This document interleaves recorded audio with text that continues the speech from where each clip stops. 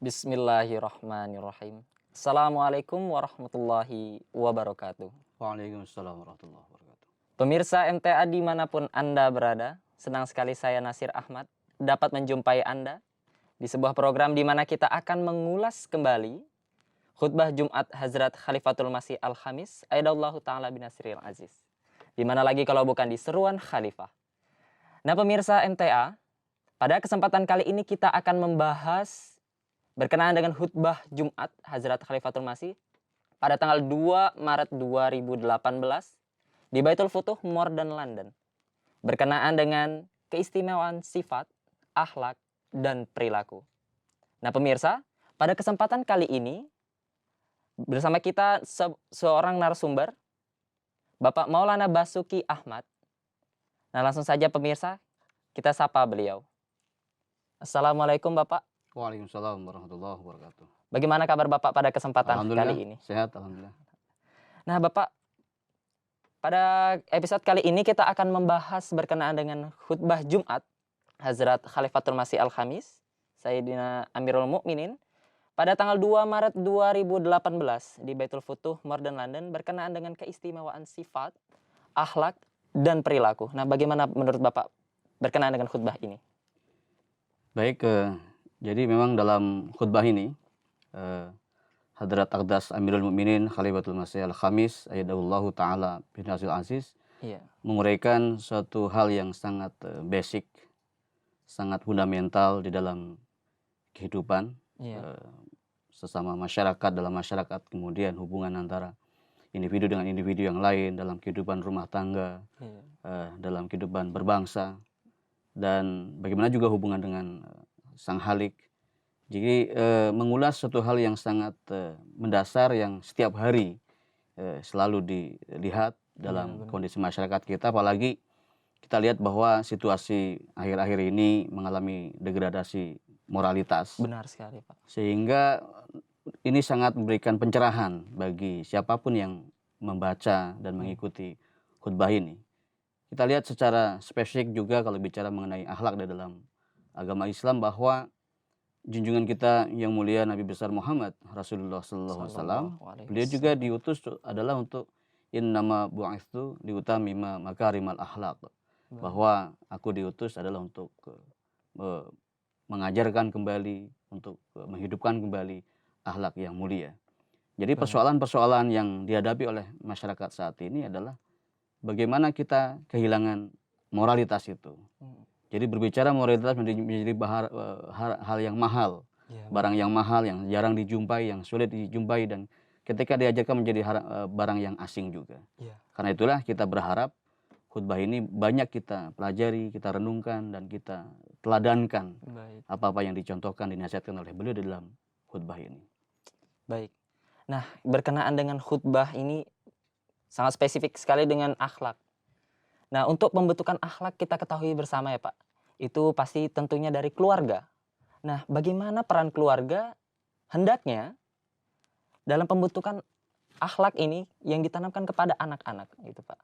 Ya, jadi memang keluarga adalah kelompok masyarakat terkecil, namun memiliki peran yang sangat vital. Bagaimana Hudur menekankan bahwa pendidikan terhadap anak itu harus diberikan yang pada akhirnya ketika dewasa akan berbekas. Kita sama-sama tahu bahwa anak yang dilahirkan dalam keadaan fitrah, dalam keadaan suci, kemudian mau dibawa kemana anak itu, mau seperti apa, mau diwarnai seperti apa anak itu di kemudian hari, itu perannya adalah di dalam kehidupan keluarganya. Seperti ibarat kertas putih, apakah kita akan warnai kertas itu dengan tinta merah, tinta biru, tinta hitam, dan sebagainya. Itu adalah bagaimana lingkungan yang terkecil itu membentuk. Nah kemudian kita lihat bahwa di dalam pepatah kita juga tidak asing mengenai hal ini. Bahwa ibarat mendidik anak itu seperti melukis di atas batu. Jadi memang keras, sulit, namun akan berbekas lama. Gitu. Kita lihat kalau kita pergi ke candi ya, di sana ada relief-relief yang dilukis, digambar di batu-batu itu, yang kemudian ratusan tahun kemudian kita masih bisa menikmati itu. Nah sama juga dengan pendidikan anak ini. Sehingga Hudur menekankan bahwa berilah pendidikan pada anak itu sejak dini, sejak dini, kemudian berilah materi-materi pendidikan yang membekas pada anak di kemudian hari. Iya. Dari hal-hal yang sepele, Huzur mengingatkan bahwa jangan sepelekan. Huzur memberikan nasihat bahwa jika di dalam diri anak sudah mulai ada kecenderungan akhlak-akhlak yang tidak baik, harus cepat diberitahu. Huzur mengutip banyak sekali riwayat-riwayat yang dicontohkan oleh Rasulullah SAW. Misalnya, ada kebiasaan anak-anak. Ini juga terjadi di zaman Rasulullah SAW. Ada anak-anak yang menginginkan buah kurma, kemudian melempari pohon kurma itu. Atau buah kurma itu supaya jatuh. Yang jatuh memang mungkin menjadi hukum masyarakat di sana, sama dengan mungkin di hukum masyarakat kita ya. Benar. Kalau buah itu sudah jatuh, maka hak siapapun yang memungut itu bukan haknya, misalnya kan. Tidak ada lagi klaim pemilik itu.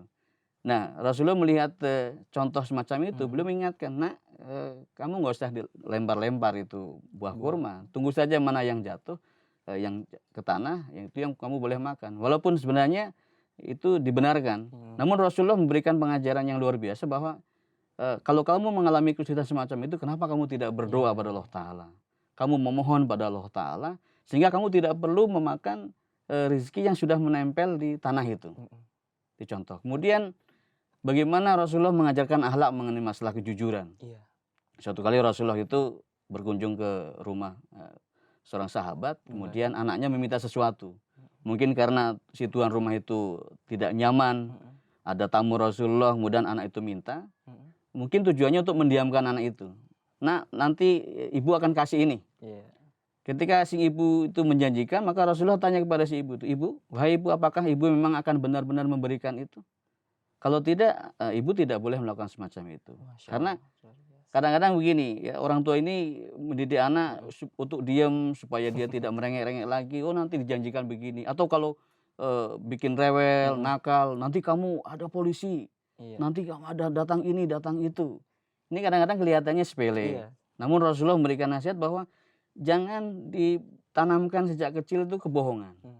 Hal-hal yang semacam itu merupakan kebohongan. Dan kita lihat bahwa Islam sangat membenci kebohongan. Sehingga masyarakat kita sekarang ini lihat begitu mudah orang bohong. Mungkin trennya sekarang istilahnya hoax ya.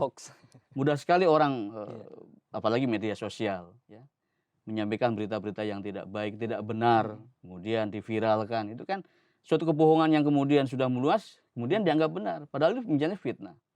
Ya, kemudian menjadi huru-hara dalam masyarakat. Ini kan sangat berbahaya.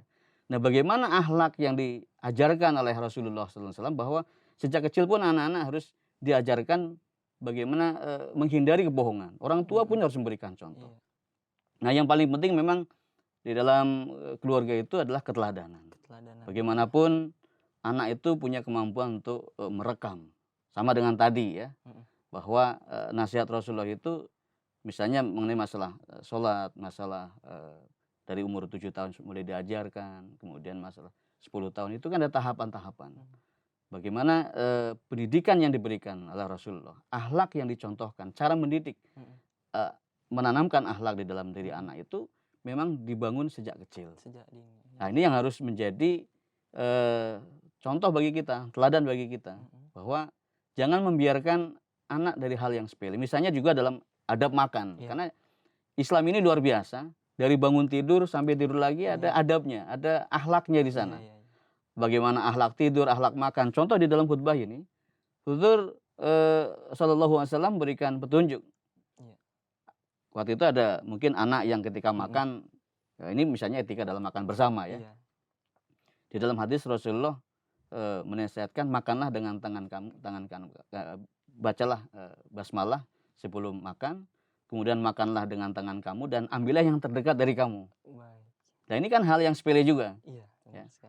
Bahwa kita membiasakan memulai segala sesuatu dalam hal kebaikan selalu kita mulai dengan basmalah. Ini Rasulullah ajarkan dalam berbagai aspek kehidupan. Mau melakukan apapun basmalah. Ya. Kemudian makan dengan tangan kananmu. Ya. Kemudian ambillah makanan yang terdekat darimu. Ini juga kadang-kadang bukan hanya anak-anak, kita lihat juga orang dengan santainya seperti merasa tidak bersalah ketika makan atau minum dengan tangan kiri. Ya. Memang sekilas apa sih pengaruhnya? Tapi sebenarnya kita diajarkan bagaimana kita menerapkan fungsi-fungsi organ tubuh kita sesuai dengan porsinya. Kemudian mengambil yang terdekat. Nah, ini juga etika ya dalam makan bersama. Jadi kalau misalnya di depan kita hanya ada nasi, Iya. di depan sana saya ingin mengambil daging itu, Iya. atau di depan dia ada hanya sambal. Kalau mengikuti hadis itu, kalau yang lain tidak care, Iya. maka yang dia akan ambil adalah dagingnya Daging saja. dulu. Ya untung ya dagingnya ya. Iya, benar Kalau di sekali. depannya sambal terus, Iya. ya di depannya nasi. Nah gitu kemudian ada etika, kemudian berbagi. Makanya saya tertarik ketika ada meja makan yang kemudian di tengah itu ada yang bisa diputar itu. Putar. Iya. Sehingga akan bergilir. Iya, Ya. benar. Kalau enggak, kan kita tidak boleh melewati Iya. makanan itu. Makanya yang terdekat kemudian dia estafet. Iya. Dia berikan, oh Anda perlu sambal nih sambal. Masya Anda Allah. perlu Ada daging hubungan ini. jadinya Pak ya. Nah ini menggambarkan bahwa dari hal yang sepele pun kita diajarkan. Sehingga Masya Allah. kehidupan kalau kita mengikuti standar-standar akhlak dari Rasulullah SAW itu begitu luar biasa. Indah masyarakat kita. Hubungan antara satu individu dengan Iya. individu yang lain juga menjadi baik. Ya anak terhadap orang tua juga menjadi baik. Dan sekarang seringkali kita mendengar keluhan-keluhan Iya. bahwa anak-anak kita seperti susah dididik. Padahal sebenarnya ya sama juga ketika orang tuanya ketika masih anak pun orang tuanya Iya. mungkin akan mengatakan demikian. Iya. Tapi sebenarnya yang paling inti adalah keteladanan. Bagaimanapun anak meniru, bagaimanapun anak itu akan mencontoh dari orang tuanya. Jadi pepatah mengatakan 1 kali keteladanan Iya. 1000 kali lebih baik daripada hanya nasihat. Ya, benar. Nasihat kan hanya lisan Lisan saja. saja. Gitu ya. Nah, ini yang mungkin bisa dibangun di dalam peran keluarga di dalam membentuk akhlak di dalam diri anak-anak. Gitu. Baik, luar biasa sekali bagaimana Rasulullah memaparkan sifat akhlak dari sejak dini dan mempunyai makna yang luar biasa ketika nanti mereka di usia dewasa. Nah, kemudian Bapak berkenaan dengan akhlak.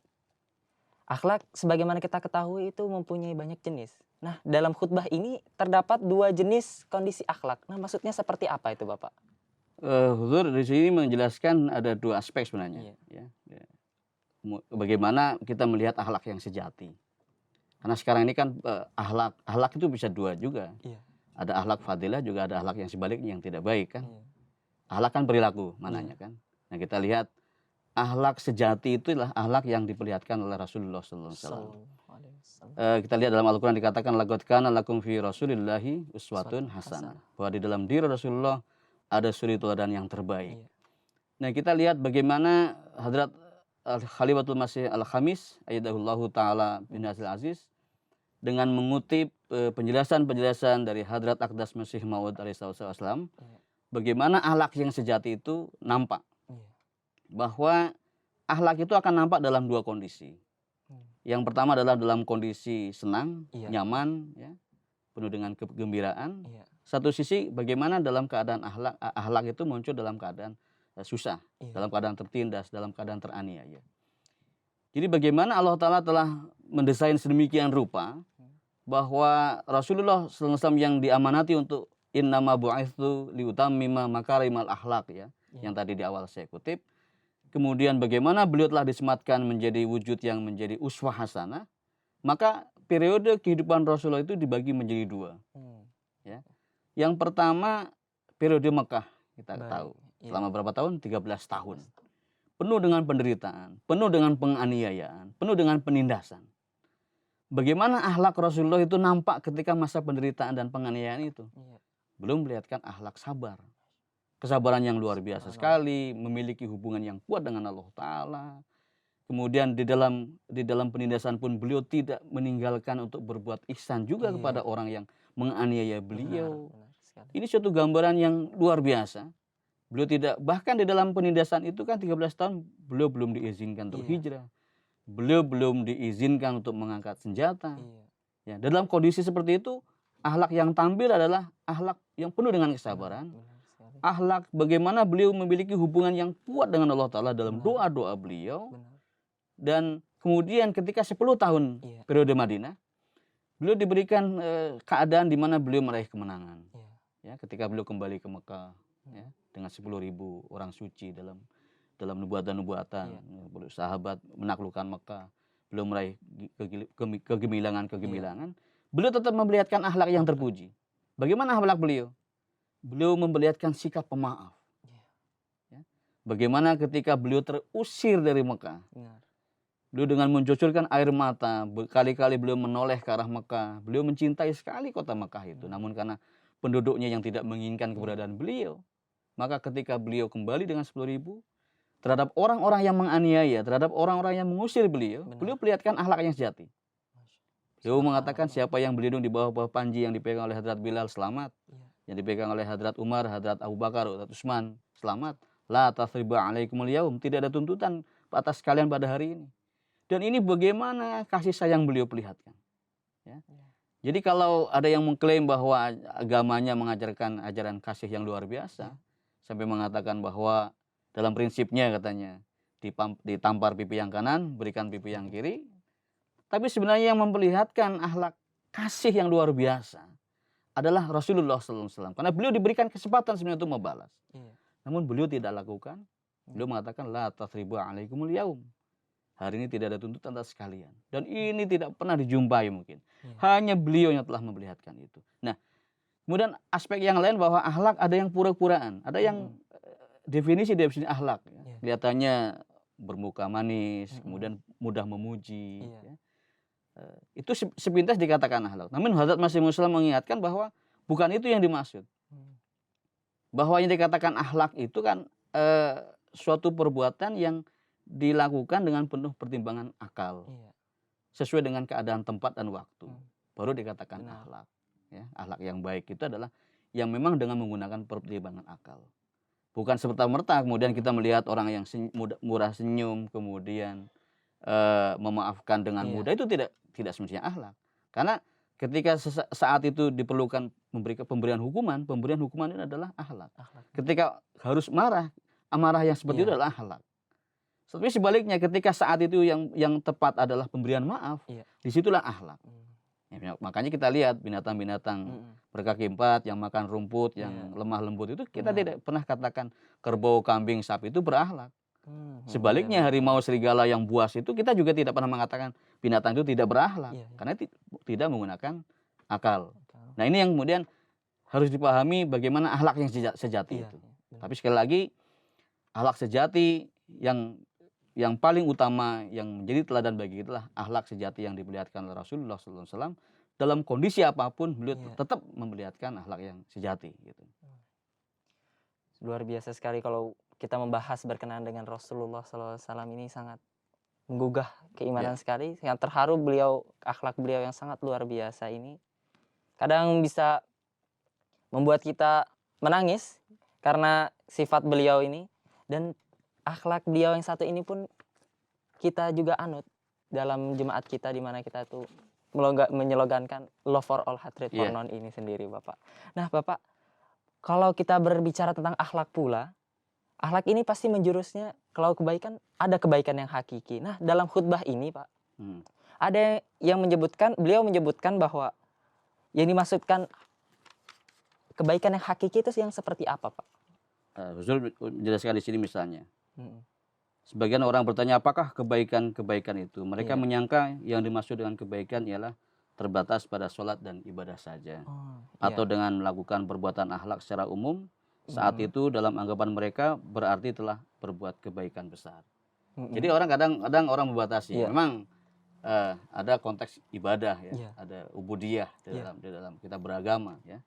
Ada hubungan baik kita. Makanya Islam itu kan mengajarkan hubungan horizontal dan juga vertikal. Artinya vertikal hubungan kita dengan Allah Ta'ala juga baik. Artinya akhlak kita dengan Allah Ta'ala juga baik. Hukukullah itu hak Allah Ta'ala kita penuhi. Juga jangan lupa ada hukukul ibad. Ada hak-hak para hamba. Hak-hak makhluk yang lain. Nah, Huzur mengingatkan kita jangan terjebak bahwa dengan kita sudah sholat, ibadah, mungkin puasa, sedekah, bayar zakat dan sebagainya, sudah berbuat kebaikan dan itu kebaikan sejati. Huzur dengan mengutip sabda Hadrat Masih Maud, beliau mengulas bahwa mereka tidak menyadari apa itu akhlak. Bahwa akhlak mempunyai asas yang banyak. Hadrat Masih Maud menjelaskan, akhlak merupakan kunci kebaikan-kebaikan lainnya. Orang-orang yang tidak melakukan perbaikan akhlak, mereka lambat laun akan kosong dari kebaikan. Saya berkeyakinan di dunia ini segala sesuatu itu bermanfaat. Jadi tidak boleh ada pembatasan tadi, bahwa yang ranah untuk kita memperbaiki akhlak itu begitu luas. Ya. Hubungan kita dengan sesama makhluk Allah Ta'ala. Hubungan kita dengan sesama manusia. ya. Iya. Hubungan kita sesama umat Islam, Iya. hubungan kita sesama Muslim Ahmadi, itu tingkatannya begitu luar biasa. Mm. Banyak hal yang harus kita lakukan. Misalnya dalam fenomena di tengah-tengah masyarakat, ya, kita melihat kadang-kadang ada orang yang dianggap tidak bermoral, tidak berakhlak dan sebagainya. Sebenarnya sikap kita harus seperti apa? Ya. Karena ada kebaikan yang kita lakukan, kadang-kadang kita dengan menilai kebaikan orang lain, oh orang ini tidak melakukan kebaikan. Misalnya kasus yang beliau angkat di dalam khutbah ini adalah bagaimana di tengah-tengah masyarakat kita ada pengemis misalnya. Saya dulu pernah tugas di Surabaya itu ada tradisi kalau hari Kamis itu memang hari ngemis. Oh, hari ngemis gitu Pak ya. Ngemis itu dari hari Kamis artinya. Oh, iya. Dulu kalau riwayat misalnya gitu. di Indonesia itu para santri oleh ulamanya itu suruh keliling minta bantuan karena banyak orang datang Jumatan dari berbagai tempat. Kemudian untuk menyiapkan makanan, maka itu kemudian ada istilah ngemis. Tapi sekarang kan menjadi hal-hal yang kita lihat ya, di lampu merah, di mana-mana kita lihat pengemis, jembatan kadang. Kita tidak tahu, kadang-kadang kita juga bersikap jangan-jangan ini ngemis, tapi ya memang fenomenanya seperti itu. Saya juga kadang-kadang ngecek juga itu pengemis punya rumah 2. Itu kadang-kadang juga ada yang pernah meneliti itu di lampu merah itu, karena ada yang cerita juga. Itu sehari 300-500 ribu itu biasa itu. Ya. Nah, bagaimana melihat fenomena itu? Hudur mengangkat ini ya. Kenapa? Karena ini menjadi persoalan sosial. Benar. Menjadi akhlak juga dalam sosial kemasyarakatan ini. Dengan mengutip penjelasan Hadrat Masih Muslim, beliau mengajarkan kepada kita bahwa terlepas orang itu mengemis, apakah mengemis karena menjadi profesi atau memang sangat butuh, kewajiban kita adalah memberi kalau kita mau dan mampu kita memberikan. Ini kadang-kadang apa yang terjadi, kita melihat orang mengemis, bukannya kita memberikan, kita menceramahi dia. Iya. Kita tahu, ya mungkin kalau betul-betul dia mengemis karena dia butuh, dia bukan butuh ceramah gitu loh. Jadi kadang-kadang kita memperlihatkan bahwa kita ingin dilihat menjadi orang yang agamis, kita nasihati orang. Padahal yang dibutuhkan adalah mengemis. Nah, sikap yang diajarkan oleh Hadrat Masih Muslim adalah, walaupun dia itu menunggang kuda, dan dia mengemis, maka kewajiban kita adalah kalau kita mau memberikan, berikan. Tidak perlu diceramai. Karena begini, siapa tuh dengan kebaikan kita akan menyadarkan orang itu ya, bahwa ternyata perbuatan dia tidak baik. Urusan dia mengemis, dia kaya, dia urusan dengan Allah Ta'ala. Dia bertanggung jawab dengan Allah Ta'ala. Bertanggung jawab pada Allah Ta'ala langsung. Ya, jadi kewajiban kita adalah memberikan. Ya. Dalam Al-Quran juga jelas kan, Amasa ila falatanhar. Jangan kamu abaikan, jangan kamu hardik orang-orang yang meminta. Ya. Nah, namanya beda ketika kita mengelola, diamanati untuk mengelola suatu pengeluaran tentu. Dan ini bukan uang kita, ya beda. Jangan kemudian kita berikan sesukanya, memberikan sebenarnya, padahal ada kaidah-kaidahnya. Gitu ya. Ketika memang itu uang pribadi kita, ya kita akan berikan. Ya. Ini yang menjadi tips bagi kita. Hudur menjelaskan di sini, mereka tidak menyadari bahwa seorang pengemis terlepas dari kenyataan bahwa dia sehat, berkecukupan, yang pergi untuk mengemis, dia berdosa kepada dirinya sendiri. Tetapi tidak ada dosanya kalian memberikan sesuatu kepadanya. Bahkan ada hadis yang meriwayatkan pada kita, lau ataka raqiban, jika seseorang yang bahkan menunggang kuda datang meminta kepadamu, kamu harus memberikan sesuatu kepadanya. Dan Rasulullah tidak pernah membiarkan orang yang datang kepada beliau dengan tangan hampa. Luar biasa sekali kalau kita perhatikan dari pemaparan kali ini, Pak. Namun Bapak, pada kesempatan kali ini sepertinya kita cukupkan sampai materi ini, Pak, dikarenakan waktu. Nah, kami ucapkan terima kasih atas kehadiran Bapak pada kesempatan kali ini di studio kami MTA Internasional Indonesia. Dan sekali lagi saya ucapkan berkenaan dengan pembahasan-pembahasan yang luar biasa Bapak paparkan. Jazakumullah. Baik, pemirsa, itulah pembahasan kita bersama Bapak Maulana Basuki Ahmad. Dan kami undang kepada Anda untuk melihat kembali acara-acara kami selanjutnya. Saya Nasir Ahmad bersama kru yang bertugas kali ini mohon undur diri dari hadapan Anda. Akhir da'wana alhamdulillahirabbil alamin. Assalamualaikum warahmatullahi wabarakatuh. Waalaikumsalam warahmatullahi wabarakatuh.